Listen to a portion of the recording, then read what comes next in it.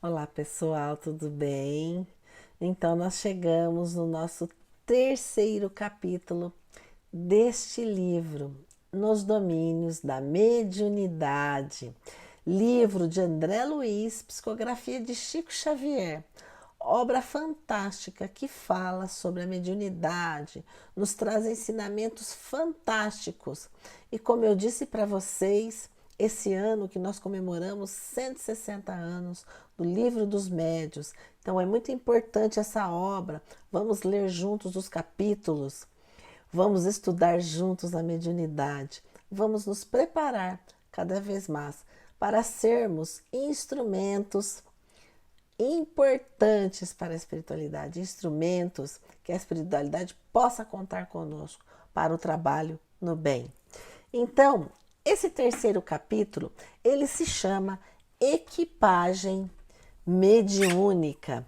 Então, vejam que ele está falando o que é equipagem mediúnica. A equipagem mediúnica é cada um de nós. Nós somos instrumentos para que a espiritualidade possa operar, para que possamos auxiliar a espiritualidade. Por quê? O que é o médium? Nós estamos falando sobre mediunidade. O médium é o intermediário entre o mundo espiritual e o mundo físico. Ele é a conexão. Só que essa conexão não depende da vontade do médium, depende da espiritualidade. Tudo é encaminhado, tudo é organizado pela espiritualidade amiga. Então, nós somos essa equipagem mediúnica, somos o instrumento, somos o equipamento. E para que o nosso equipamento esteja cada vez mais apto, cada vez melhor, cada vez mais afinado com a espiritualidade amiga, é importante esses ensinamentos desse livro, que nos trazem a noção de vários médios que estão ali no trabalho mediúnico, as diferenças, as dificuldades e tudo o que já conquistaram diante de uma vida de renúncia, de dedicação e de desenvolvimento do trabalho no bem. Então vamos lá, nós vamos começar então com o dirigente do trabalho mediúnico, que é o Raul Silva.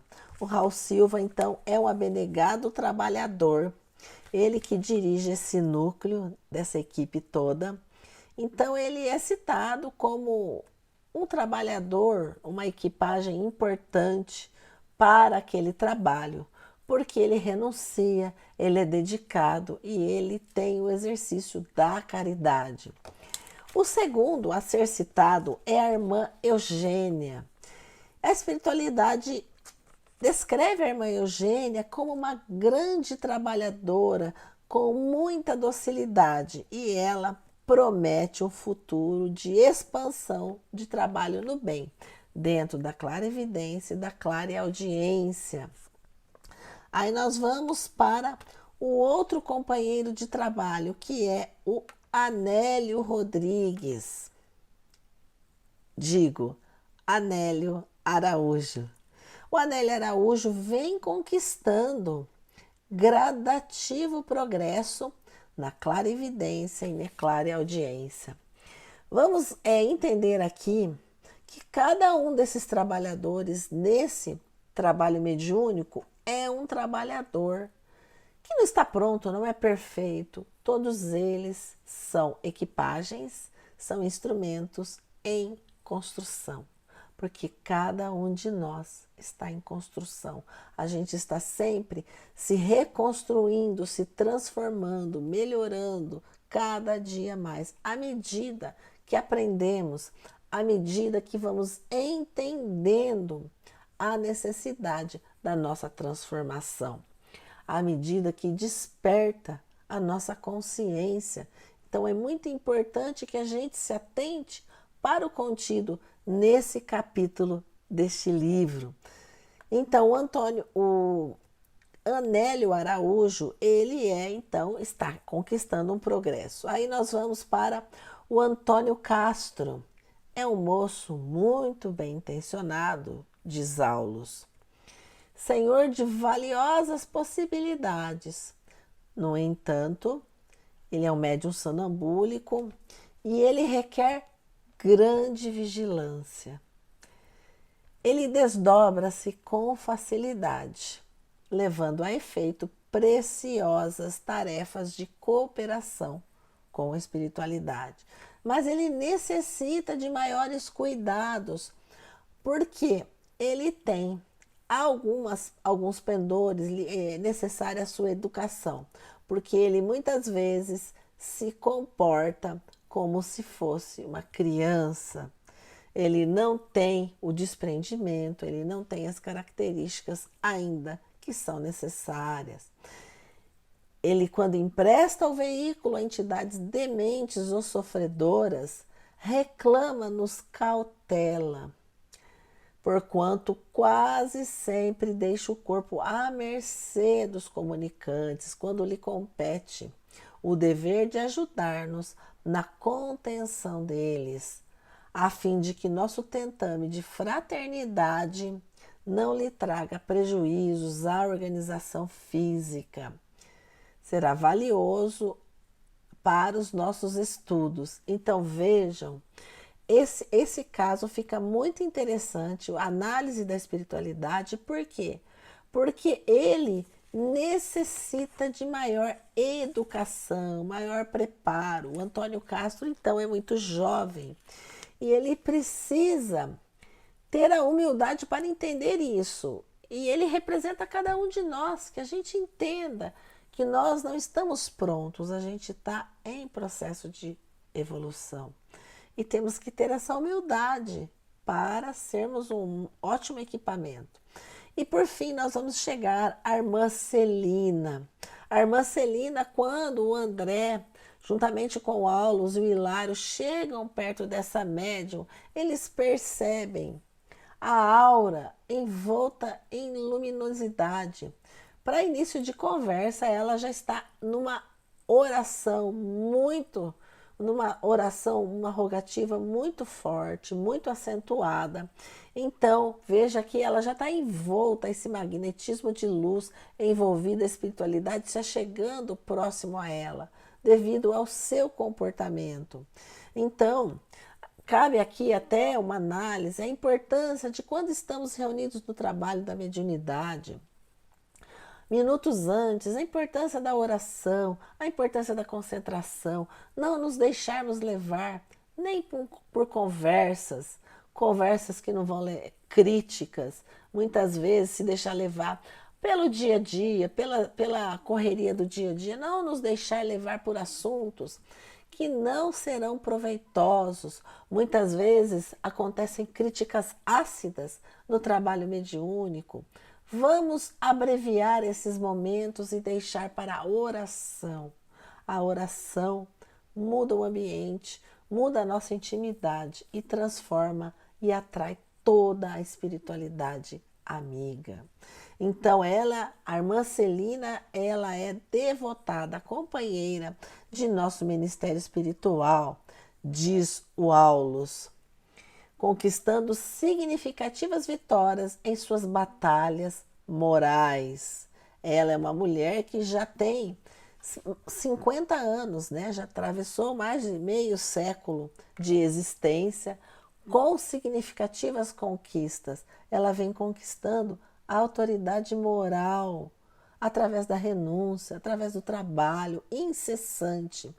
Então, ela é viúva há mais de 20 anos e sozinha dedicou-se aos filhos com louvor, diz a espiritualidade amiga. Conheceu de perto a perseguição de gênios infernais a que não se rendeu, lutando por muitos anos para atender de modo irreparável às obrigações domésticas, obrigações do lar, e ainda jamais deixou de atender às faculdades medianímicas, aperfeiçoando-as. Então, o que é o aperfeiçoamento? É a dedicação, o estudo incessante. Nenhum médium nasce pronto. Isso é que é importante que nós entendamos. O estudo é necessário diuturnamente. Então ela ela se aprimorou. Pensa que foi fácil, que foi tranquila a vida dela? Ah, porque ela é médium, é melhor? Não.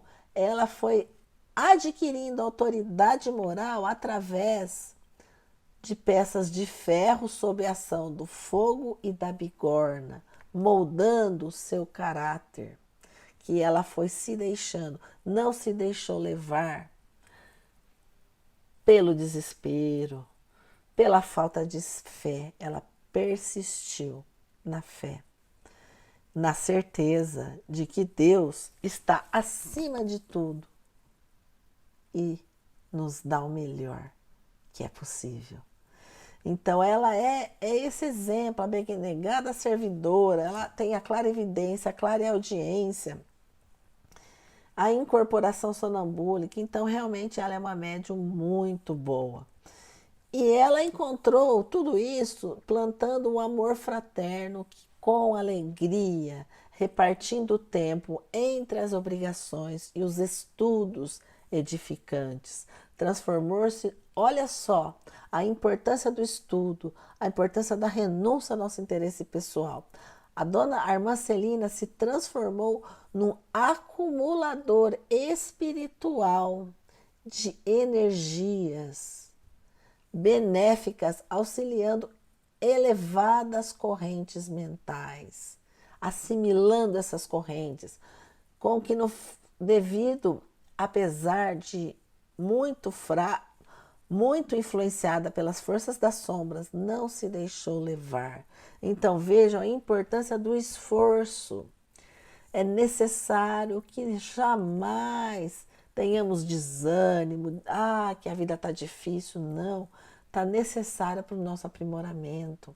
Vamos continuar, vamos seguir em frente com a mediunidade, com as dificuldades, com a pandemia, com as doenças, com tantas situações que nos fazem pesar.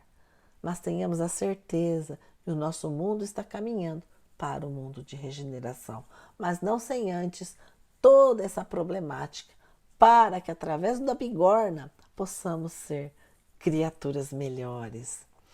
Então, é interessante que o André pergunta para o Aulus por quê, né? Mas então ela com todos esses dotes, então ela deveria ser beneficiada, ter uma vida mais fácil, porque afinal de contas ela é dedicada, ela ficou viúva muito jovem, faz 20 anos que ela cuida dos filhos. Será que a vida dela é mais fácil? É mais tranquila?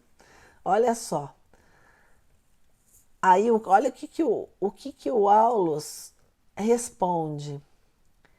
Que não, que ela tem uma vida de dificuldade, porque é necessário as aquisições de experiências entesouradas pelo ser que conquista a própria individualidade, passo a passo, esforço a esforço, enaltecendo pelo trabalho constante para a sublimação integral à face de todas as vias de progresso e aprimoramento da Terra.